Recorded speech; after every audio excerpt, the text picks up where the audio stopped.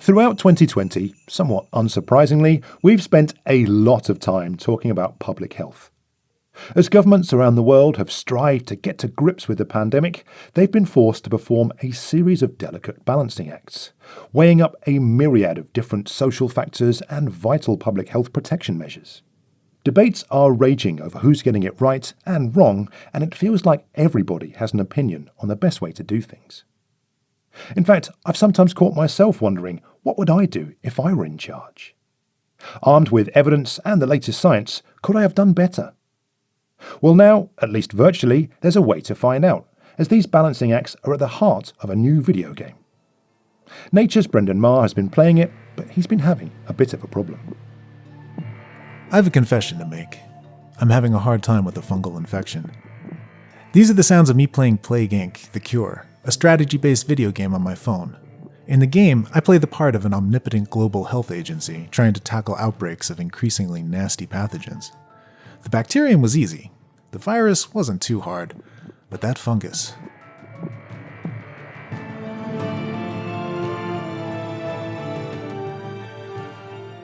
Tapping on my screen, I mobilize field operatives, shut down borders, and research a vaccine. I even impose media blackouts to stop the spread of misinformation, but it's no use. After a few minutes, hundreds of millions of people are infected. I see news flashes across the top of the screen. People in Poland are rioting over my mismanagement. Greenland turns from red to black as deaths soar. And once the little blue bar representing my global authority drops to 0, it's game over. I'm fired. Again.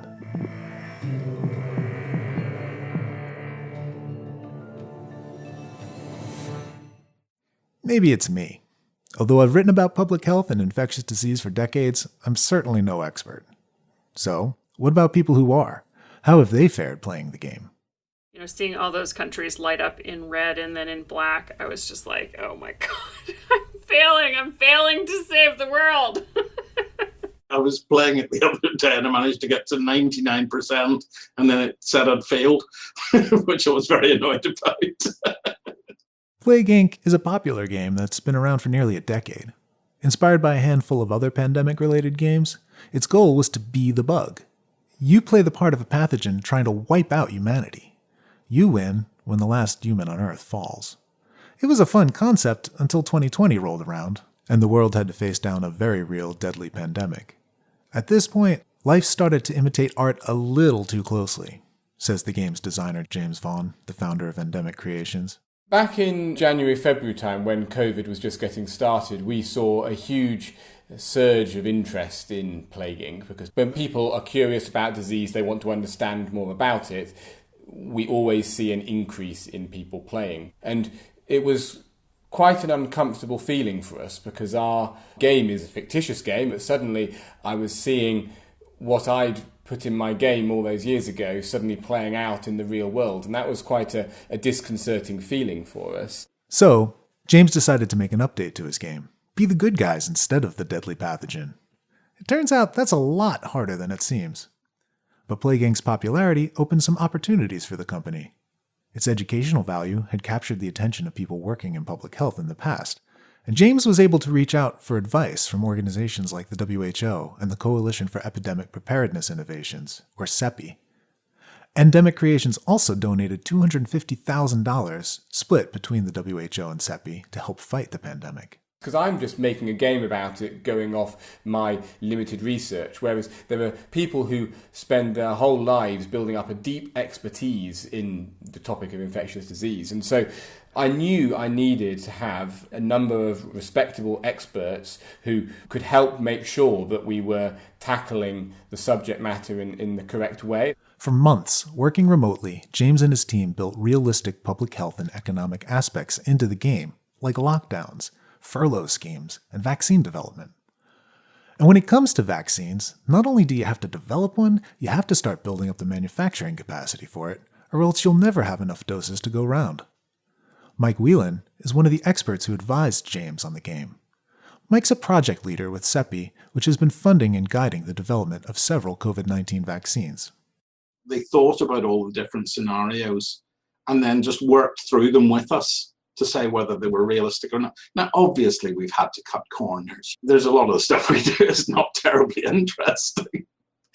But pretty much most of it's there, and most of it's pretty much spot on. So we were impressed with it. And if people get a general overview of how we do things and how we spend, public funds, that's got to be a good thing.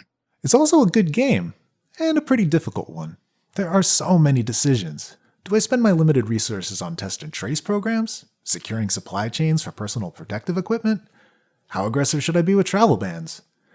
These sorts of decisions mirror, to an extent, what goes on in the real world. This impressed Malia Jones, an epidemiologist at the University of Wisconsin-Madison. She shifted much of her work during the global pandemic to communicating difficult epidemiological concepts to the public.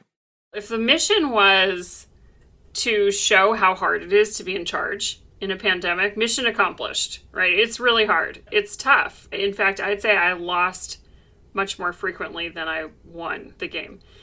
They have a list of the available measures to control an outbreak that I think is pretty thorough. Things like social distancing and border controls, clinical interventions. But I think that they're obviously implemented in a way that's not very realistic, right? We don't actually get to flip a switch and just turn on contact tracing worldwide, unfortunately.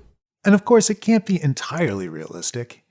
If you successfully manage to research and manufacture a vaccine, for example, a few dozen little blue jets will fly it out to every country on the map in an instant. And then everyone takes it.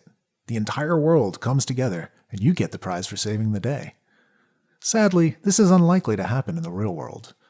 But regardless of those hopeful simplifications, James thinks his game is proving instructive to players. We have huge numbers of people saying to us, hey, this is really helping me understand what's going on. This is just making this big unknown thing seem a little bit less scary.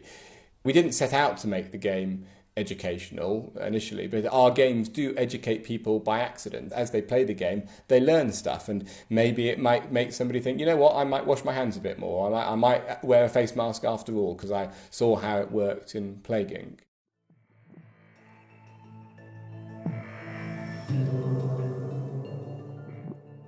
These kinds of changes in perception to public health messaging couldn't be more important right now as COVID-19 surges around the world. And for any armchair epidemiologists out there, Plague Inc. The Cure gives at least a glimpse of what it's like to try and guide pandemic preparedness and response. And in the meantime, while I struggle with my fungus, I take some solace in knowing that I'm not alone at feeling so stumped. I think that the big takeaway is really about how hard it is to make these decisions in a way that is informed, and also how hard it is to keep your grip on something as slippery and random and hard to control as a pandemic, right? I tried many times to get containment in the first country that had the outbreak of disease, where the disease was first detected. I tried several times to just throw everything I had at containment and keep it from spreading around the world, and was never successful. And I think that's actually pretty accurate in terms of how hard it is to control a novel infectious disease worldwide. On the plus side, with the game, you can always start over.